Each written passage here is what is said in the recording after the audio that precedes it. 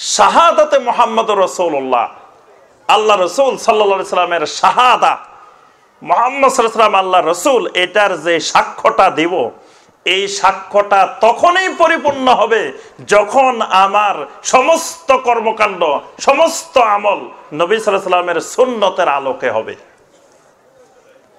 কিন্তু আমি দাবি করলাম আমি আহলে হাদিস, আমার আকীদা হলো আহলুল বেদাহ। কি বলেন? আকীদার মধ্যে বেদাত, আমলের মধ্যে বেদাত। আমার সম্মানিত ভাইয়েরা, আহলে হাদিসের এলাকাগুলোতে ভাইদেরকে এত বেশি ভালো লাগে, ভালো লাগার অন্যতম একটা কারণ, আজও আলহামদুলিল্লাহ আহলে হাদিসের ভাই বোনেরা আপনার কোরআন এবং সহি হাদিসের কথা বললে তারা পছন্দ করে। এই গুণটা আল্লাহ পাক তাদের মধ্যে এখনো রাখছেন। অন্য জায়গায় দেখবেন কোরআনের কথা 100টা বলেন, সহি হাদিস 500টা বলেন, যদি এটা মুরব্বির কথার বাহিরে যায়, যদি এটা কোনো ইমামের কথার বাহিরে যায়, যদি এটা কোনো পীর সাহেবের কথার বাহিরে যায়, আপনি আয়াত 1000 বলেন, কোনো লাভ নাই। কিন্তু আলহামদুলিল্লাহ আহলে হাদিসের ভাই বোনদের মধ্যে এই বৈশিষ্ট্যটা আল্লাহ পাক এখনো রেখেছেন যে যদি কোরআনের আয়াত বলা হয়, যদি নবী সাল্লাল্লাহু আলাইহি সাল্লামের সহি হাদিস বলা হয়, তারা মেনে নিতে প্রস্তুত থাকেন। আলহামদুলিল্লাহ। যদিও আমাদের ভাইদের মধ্যে অনেক বেদাত ঢুকে গেছে, আছে না? কি আহলে হাদিসের ভাইদের মধ্যে বেদাত আছে?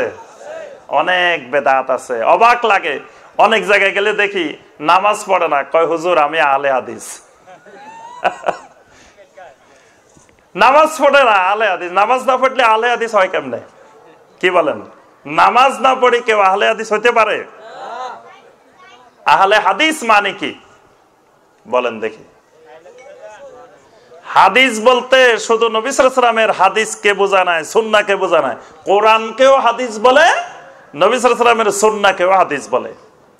অনেকে বলে, বর্তমানে অনেক গবেষক বাহির হয়েছেন, রিসার্চার বাহির হয়েছেন, গবেষকেরা বলে, কয় আহলে হাদিস হওয়া যাবে না, হইতে হবে আহলে সুন্নাহ। কি হইতে হবে? আহলে সুন্নাহ হইতে হবে। কয় আহলে হাদিস হওয়া যাবে না, কারণ হাদিস সব মানা সম্ভব না। এটাকে আমরা কোনো মন্তব্য করতে রাজি না। হাদিস মানে হলো কোরআন, হাদিস মানে সুন্নাহ। হাদিস বললে দুটাকেই বোঝায়, সুন্নাহ বললে দুটাকে বোঝায় না। এজন্যই পূর্বেকার মুহাদ্দিসিনে কেরাম, ফুকাহায়ে কেরাম তারা নিজেদেরকে গর্ব ভরে বলতেন যে আমরা আহলে হাদিস, আমরা আসহাবুল হাদিস, আমরা আহলে রায় না, আসহাবে রায় না, আমরা আসহাবে হাদিস, আহলে হাদিস। ইমাম আবু হানিফা রাহমাতুল্লাহ আলাইহি নিজেকে গর্ব ভরে দাবি করতেন যে আমি কোন সহিহ হাদিস না পাইলে যদি দঈফ হাদিসও পাই, তারপরেও আমি রায়ের থেকে, ব্যক্তিগত অভিমত থেকে দঈফ হাদিসকে প্রাধান্য দিই। আর কথাটা বুঝাতে পারছি? মানে একটা মাসালার গবেষণা করতে গিয়ে ইমাম আবু হানিফা রাহমাতুল্লাহ আলাইহি সহিহ হাদিস পাইতেছেন না, কোন সহিহ হাদিস ওনার কাছে এই বিষয়ে পৌঁছে নাই, উনি পাইতেছেন না। খুঁজে না পাওয়ার পরে ওনার সামনে পাইছেন একটা দঈফ হাদিস। তিনি বলতেন যে দঈফ হাদিসের মধ্যে যদিও সন্দেহ আছে এটা নবী সাল্লাল্লাহু আলাইহি ওয়াসাল্লামের কথা কিনা, কিন্তু এটাও অবকাশ আছে এটা নবী সাল্লাল্লাহু আলাইহি ওয়াসাল্লামের কথা হইতেও পারে, হইতেও পারে, নাও হইতে পারে, দুটার অবকাশ আছে।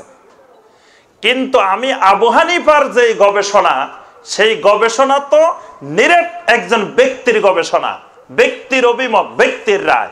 এই জন্য আমি ব্যক্তির রায়ের চাইতে নবী সাল্লাল্লাহু আলাইহি ওয়াসাল্লামের থেকে যদি কোনো দঈফ হাদিসও আমি পাই, তা আমি ওই হাদিসকে অগ্রাধিকার দিই। তাহলে আবু হানিফা রাহমাতুল্লাহ আলাইহি কত বড় আহলে হাদিস ছিলেন দেখছেন। আর আবু হানিফার অনুসারীরা আমরা বলি যে কয় আহলে হাদিস হওয়া যাবে না, হইতে হবে কি আহলে সুন্নাহ। আবু হানিফা রাহমাতুল্লাহ আলাইহি বারবার বলতেন ইজা সাহাল হাদিসু ফাহুয়া মাযহাবি, তোমরা যখনই যেখানে সহিহ হাদিস পাওয়া যাবে ওইটাই আমার মাযহাব। এখন আবার কোন কোন ভাই অস্বীকার করে, আবু হানিফা কোথায় বলছে? হাশিয়ায়ে রাদ্দুল মুহতার, আজও হাশিয়ায়ে রাদ্দুল মুহতার এই কথা লেখা আছে যে আবু হানিফা রাহমাতুল্লাহ আলাইহি বারবার বলতেন ইজা সাহাল হাদিসু ফাহুয়া মাযহাবি, সহিহ হাদিস পাইলে সেটাই আমার মাযহাব। এবং ইমাম আবু হানিফা রাহমাতুল্লাহ আলাইহি সব সময় উলামায়ে মদিনা অর্থাৎ মদিনার যে সকল মুহাদ্দিসিন ছিলেন তাদেরকে অগ্রাধিকার দিতেন। কিন্তু মদিনা থেকে কুফা তৎকালীন যোগাযোগটা ছিল খুব কঠিন, অনেক দূরে। ওই যুগে কুফা মানে আরেক দেশ, মদিনা মানে আরেক দেশ, বিশাল দূরত্ব। আজকের যুগে তো মদিনা আর আমরা ঢাকা মনে হয় যে এক দেশ, কাছাকাছি। এখানে বসি মসজিদে নববীর সালাত দেখি না, এখানে বসে মসজিদে হারামের সালাত দেখি, ত্রিমোহনীতে বসি। সুবহানাল্লাহ। ওই সময়কার কুফা আর মদিনা এরকম ছিল না। কিন্তু ইমাম আবু হানিফা রাহমাতুল্লাহ আলাইহি মদিনার উলামাদের থেকে, মদিনার মুহাদ্দিসিন থেকে কোন মতামত বা হাদিস পাইলে সেটাকে সবার উপরে অগ্রাধিকার দিতেন। তার ছাত্র হানাফি মাযহাব, কয়টা মাযহাব মিলে হানাফি মাযহাব? 3টা মাযহাব, মনে রাখবেন। 3টা মাযহাব সমন্বয় করে একটা মাযহাব। ইমাম আবু হানিফা রাহমাতুল্লাহ আলাইহির মাযহাব, ইমাম আবু ইউসুফ রাহমাতুল্লাহ আলাইহির মাযহাব, ইমাম মুহাম্মদ রাহমাতুল্লাহ আলাইহির মাযহাব। 3 মাযহাবকে একত্রিত করে কোন কোন মাসালা, এক এক মাসালায় এক একজনের মতকে অগ্রাধিকার দেওয়া হয়েছে। এখানে ইমাম আবু ইউসুফ রাহমাতুল্লাহ আলাইহি যিনি ছিলেন, উনি যখন আব্বাসী খেলাফতের খলিফা হয়েছেন তিনি মদিনায় আসছেন। মদিনায় আব্বাসী খেলাফতের সময় প্রধান বিচারপতি ছিলেন। তখন তিনি মদিনায় এসে মদিনাবাসীকে বললেন, ভাইয়েরা আপনাদের কাছে যে আছে সাদাকাতুল ফিতর আদায় করার এটা একটু বাহির করে নিয়ে আসেন। মদিনার লোকেরা নিয়ে আসলেন। ইমাম আবু ইউসুফ রাহমাতুল্লাহ আলাইহি বললেন, এই টা কুফার থেকে ছোট, কুফার এর সাথে এটার মিল নেই। আর আমার রাসূল সাল্লাল্লাহু আলাইহি সাল্লাম এই মদিনার দিয়েই সাদাকাতুল ফিতর আদায় করছেন। কুফার দিয়ে, ফোরাত নদীর দিয়ে আমার রাসূল সাল্লাল্লাহু আলাইহি সাল্লাম সাদাকাতুল ফিতর আদায় করেন নাই। সুতরাং এটাই সহি, মদিনার যে এটাই রাসূলুল্লাহ সাল্লাল্লাহু আলাইহি সাল্লামের এবং তিনি বললেন, আজকে যদি আমার ওস্তাদ ইমাম আবু হানিফা রাহমাতুল্লাহ আলাইহি বেঁচে থাকতেন, তিনিও তার মত পরিবর্তন করে এই মদিনার এর মতটাকে তার মত দিতেন। সুবহানাল্লাহ। তাহলে সেই ইমাম আবু হানিফা রাহমাতুল্লাহ আলাইহি থেকে শুরু করে সমস্ত আইম্মায়ে কেরাম তারা ছিলেন আসহাবুল হাদিস। তারা সব সময় হাদিসকে অগ্রাধিকার দিতেন। এজন্য ইমাম মুহাম্মদ রাহিমাহুল্লাহ বলছেন যে, এবং পরবর্তীতে এই কথাটা আপনার আব্দুল হাই লাখনবী রহমতুল্লাহ আলাইহি, তারপরে শাহ ওলিউল্লাহ মুহাদ্দিস দেহলভী রহমতুল্লাহ আলাইহি, ওনারা সকলেই বলছেন যে যদি সহি হাদিসগুলো ওই সময় সংকলন থাকতো ইমাম আবু হানিফা রাহমাতুল্লাহ আলাইহির যুগে, তাহলে হানাফি মাযহাবের মধ্যে এত কিয়াস আসতো না। যদি সহি হাদিসের সংকলন থাকতো, যেমনি ভাবে ইমাম শাফি রহমতুল্লাহ আলাইহির মাযহাবে, ইমাম মালিক রহমতুল্লাহ আলাইহির মাযহাবে, ইমাম আহমদ বিন হাম্বল রহমতুল্লাহ আলাইহির মাযহাবে কিয়াসের সংখ্যা অনেক কম। কিন্তু তখন একসাথে হাদিস সংকলন, সহি হাদিসের সংকলন না থাকার কারণে তারা কোন কোন দঈফ হাদিসের উপরে মত দিয়েছেন, কোন কোন কিয়াসের উপরে মত দিয়েছেন, কোন কোন ইজতিহাদের উপরে মত দিয়েছেন।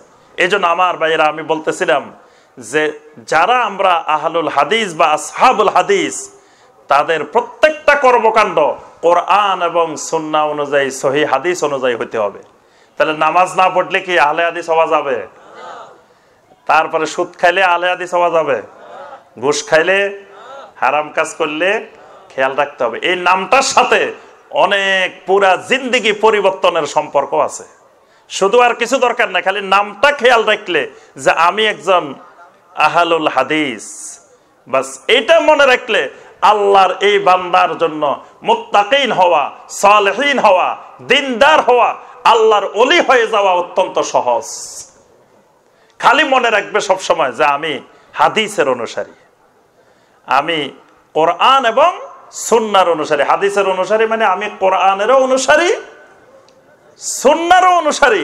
সুতরাং আমার ব্যক্তি জীবন, পারিবারিক জীবন, অর্থনৈতিক জীবন, সামাজিক জীবন সবগুলো কোরআন এবং সুন্নাহ অনুযায়ী হচ্ছে কিনা, হাদিসের সাথে মিল আছে কিনা, এই মিলটা করে নিলেই আলহামদুলিল্লাহ পুরা জীবনে বৈপ্লবিক পরিবর্তন। এজন্য আলহামদুলিল্লাহ আমার ভাইয়েরা এবং বোনেরা, আপনাদের জন্য দিনমুখী হওয়া, কোরআনমুখী হওয়া, সুন্নাহমুখী হওয়া অত্যন্ত সহজ। খালি না এই জিনিসটা মনে রাখলেই কোরআন সুন্নাহমুখী হওয়া সহজ হয়ে যায়। এজন্য আমার সম্মানিত ভাই ও বোনেরা, প্রত্যেকটা ইবাদত, প্রত্যেকটা আমল সুন্নতের আলোকে করার চেষ্টা করব। জীবনের সর্বক্ষেত্রে মুহাম্মদ রাসূলুল্লাহ সাল্লাল্লাহু আলাইহি সাল্লামের ইত্তেবা করব। ইত্তেবায়ে মুহাম্মদ রাসূলুল্লাহ সাল্লাল্লাহু আলাইহি সাল্লাম এবং এক তরিকার অনুসারী হব। তরিকা পৃথিবীতে কয়টা? সেই তরিকার নাম তরিকায়ে মুহাম্মদ রাসূলুল্লাহ সাল্লাল্লাহু আলাইহি ওয়াসাল্লাম। 126 তরিকার অনুসারী হব না, এক তরিকার অনুসারী হব। এবং এটাই সবচেয়ে কিয়ামত পর্যন্ত একমাত্র শর্টকাট তরিকা জান্নাতে যাওয়ার। জান্নাতে যাওয়ার এই তরিকার বাইরে আর কোনো শর্টকাট তরিকা বানানোর, শর্টকাট তরিকা অনুসরণ করার কোনো অধিকার কারো নাই। আল্লাহ রাসূল সাল্লাল্লাহু আলাইহি ওয়াসাল্লামের তরিকাটাই কিয়ামত পর্যন্ত একমাত্র তরিকা। আল্লাহ রাব্বুল আলামিন আমাদের সবাইকে মুহাম্মদ রাসূলুল্লাহ সাল্লাল্লাহু আলাইহি ওয়াসাল্লামের সুন্নতের ইত্তেবা করার তৌফিক দান করুন। সমস্ত প্রকার বিদআত থেকে আমাদেরকে দূরে থাকার তৌফিক দান করুন।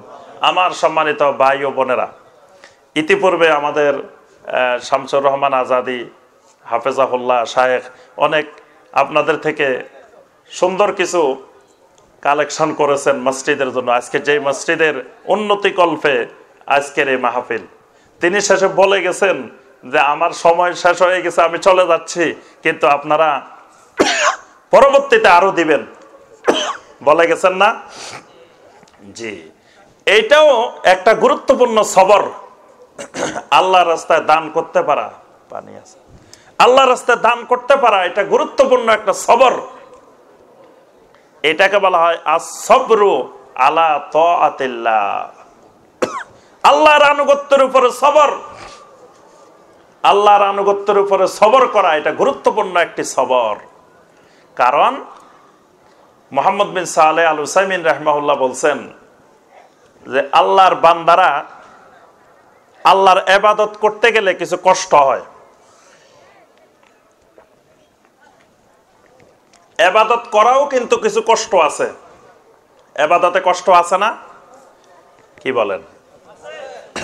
ফজরের সময় এই কনকনে শীতের মধ্যে উঠে ওযু করে ফজরের নামাজে যাওয়া, এটার মধ্যে কষ্ট নাই?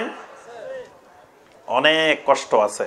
তাহলে এই কষ্টের উপরে ধৈর্য ধরা এটাও সবর। আবার আপনার আল্লাহ রাস্তায় দান করা, মানুষের মন চায় না আল্লাহ রাস্তায় দান করুক। আল্লাহ রাস্তায় কিছু খরচ করলে মন অনেক কষ্ট পায়, এটাও একটা ভীষণ কষ্ট। শয়তান বিভিন্ন ধরনের ওয়াসওয়াসা দিতে থাকে যে হায়রে, মনে হয় টাকা পয়সা আজকে কি করলাম, দিয়ে দিলাম এতগুলো, আমি ওইটা কি করব, ওইটা কি করব, বিভিন্ন রকমের কষ্ট মনের মধ্যে আসতে থাকে। এই কষ্টের ক্ষেত্রেও ধৈর্য ধরা, যে না, ওয়ামাই ইয়াত্তাকিল্লাহ ইয়াজআল লাহু মাখরাজা ওয়া ইয়ারযুকহু মিন হাইসু লা ইয়াহতাসিব, যে আমি যদি তাকওয়ার উপরে থাকি আল্লাহ আমার অনেক উপায় বের করে দিবেন। এই ধৈর্য ধরে থাকা, এটার নাম সবরু আলা তাআতিল্লাহ, আল্লাহর আনুগত্যের উপরে ধৈর্য ধরা। এজন্য আমার ভাইয়েরা এবং বোনেরা, আমাদেরকে এই দানের অভ্যাস, সদাকার অভ্যাস বেশি বেশি করতে হবে। কারণ এই অভ্যাস না থাকলে আপনি সবরের গুণ অর্জন করতে পারবেন না, সাবিরিন হইতে পারবেন না।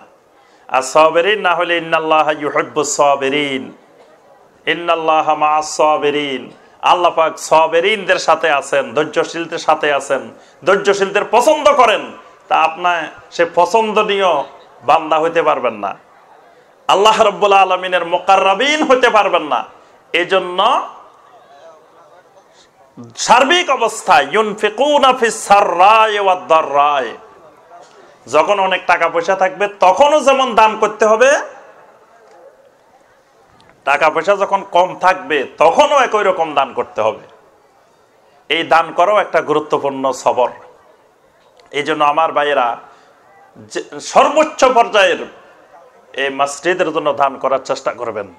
কারণ কিয়ামতের ময়দানে 7 শ্রেণীর মানুষ যারা আল্লাহ রাব্বুল আলামিনের ব্যবস্থাধীন ছায়ার মধ্যে স্থান পাবেন, তন্মধ্যে এক শ্রেণী হলো ওয়ারাজুলুন কালবুহু মুআল্লাকুন বিল মাসাজিদ, যাদের অন্তর মসজিদের সাথে তাআল্লুক থাকে, গেঁথে থাকে। তো তাহলে মসজিদের সাথে গেঁথে রাখতে হলে মসজিদের সাথে সম্পর্ক বাড়াইতে হবে। ইবাদতের সম্পর্ক যেমন বাড়াইতে হবে, মসজিদের উন্নয়নেও সম্পর্ক বাড়াইতে হবে। যদি আব্বা আম্মাকে অনেক মহব্বত করি, কিন্তু আব্বা আম্মা অসুখে কষ্ট করতেছে, হাসপাতালে নিই না, এটা মহব্বত হবে? আব্বা আম্মাকে অনেক মহব্বত করি, কিন্তু আঙ্গুর কিনে, আপেল কিনে পীর সাহেবের কাছে নিই, মা বাবার জন্য আনি না, মা বাবার মহব্বত হবে? হবে না। অনেকে এরকম মহব্বত করে, ইমাম সাহেবের এত মহব্বত, কিন্তু ইমাম সাহেবকে বাড়িতে ঠিক মতো খাবার আছে কিনা, বাজার আছে কিনা, এই খবর নেয় না। ইমাম সাহেবের অনেক মহব্বত, আলেম ওলামাকে অনেক মহব্বত করে, কিন্তু কখনো তার পারিবারিক, তার অর্থনৈতিক কোনো খোঁজ খবর নেয় না। এইগুলো প্রকৃত মহব্বত না। এই জন্য মসজিদকে মহব্বত করা, মসজিদের সাথে তাআল্লুক রাখা, এটার অন্যতম একটা মাধ্যম হলো মসজিদের উন্নয়নে সব সময় যতটুকু আল্লাহ সামর্থ্য দিয়েছেন সেই অনুযায়ী সাহায্য সহযোগিতা করা। এই জন্য আমার ভাইরা যারা বাকি আছেন, তো মাহফিলের শেষ পর্যায়ে আপনারা ওয়াদা করেন, আমরা শেষ পর্যায়ে আল্লাহর কাছে দোয়া করি, আল্লাহ যেন প্রথম থেকে শেষ পর্যন্ত যত ভাই বোন এই মসজিদের উন্নতি কল্পে সহযোগিতা করেছেন, আল্লাহ পাক যেন সকলের সহযোগিতাগুলোকে আল্লাহ পাক কবুল ও মঞ্জুর করে নেন।